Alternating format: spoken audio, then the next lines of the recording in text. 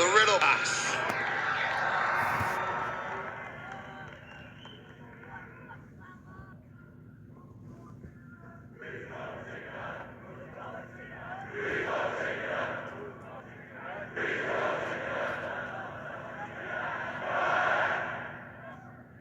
Now,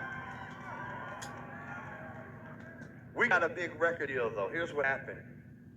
Jive Records, you know, they got Britney Spears, NSYNC, All-Sync, fucking Christina, fucking Anderson, whatever, all kind of fucking DRL and other homies.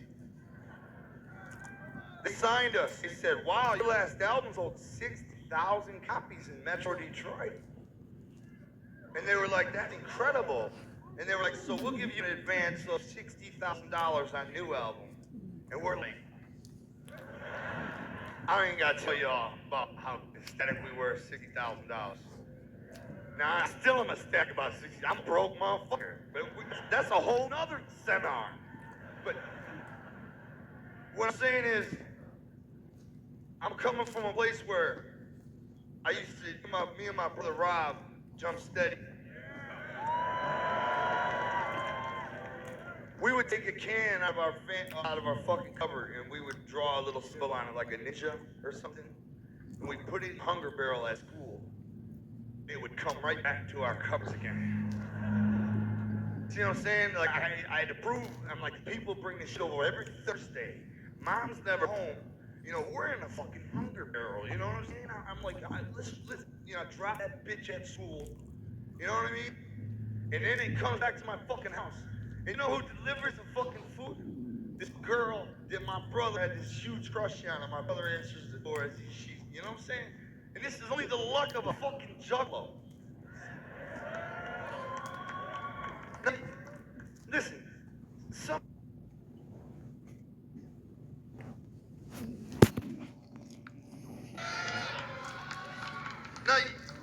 listen, some of you might have been born millionaires, but I have no question, each and every one of you have something exactly like that.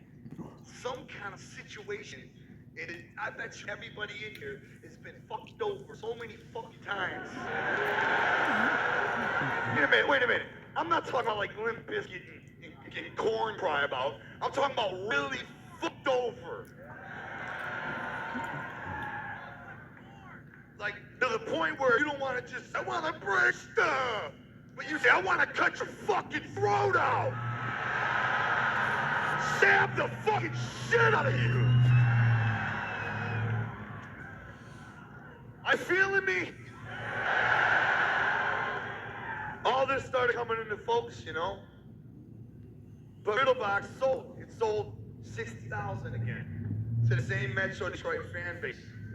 You know? And we're like, we took $60,000, we bought 3 vans, and we painted them up like Riddlebox. And we drove out to like fucking Indianapolis. Great clown town, but at the time, wasn't even in stores, you know? We're like, wait a minute, man. Jive signed us and just gave us $1 a copy, put it right back out again in Detroit, and only they made all the fucking money off it. You know what I'm saying? And nobody even had a record. It wasn't even in stores at the time, anywhere else. And so we got on the phone with Jive and we said, you know, kiss me. And he said, what? And I said, kiss me. I like to kiss when I'm getting fucked.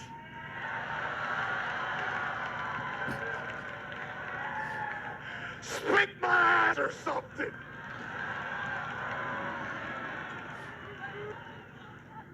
Anyway, we put a blindfold on Alex. Guys, this is Rich Morel. This is Les Diamond. He sang back up and everything from Riddlebox up. He left a great band in Detroit to come be with us and work at Psychopathic Records. He's always stayed behind the scenes. A lot of the message you hear is right there.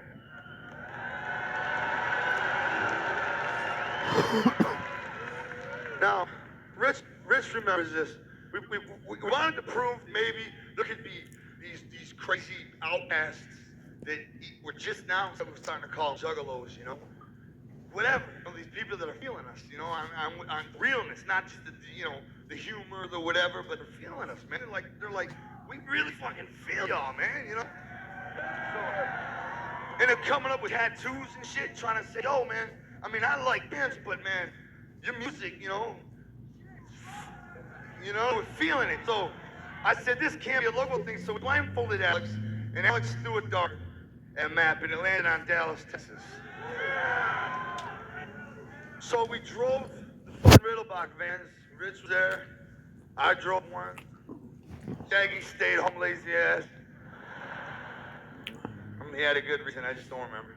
We drove to Dallas, and we fucking pressed up with our $60,000 vans. We pressed the samplers. Every day at 3 o'clock, our fucking vans were at 3 different high schools in the Dallas-Fort Worth area, slanging them fucking tapes, you know what I'm saying? Slang the fuck out of them, you know what I'm saying? Does anybody feel us? What are y'all like in Dallas, you know? We know what's going on, there's something going on in Detroit, what's up out here, you know? And most people are like, fuck y'all, you know? We're used to that though. But it was a couple juggalos we discovered. We spent 3 months in Dallas. 3 months. Next thing you know, Riddlebox had sold 60,000 records in Detroit and 40,000 in Dallas.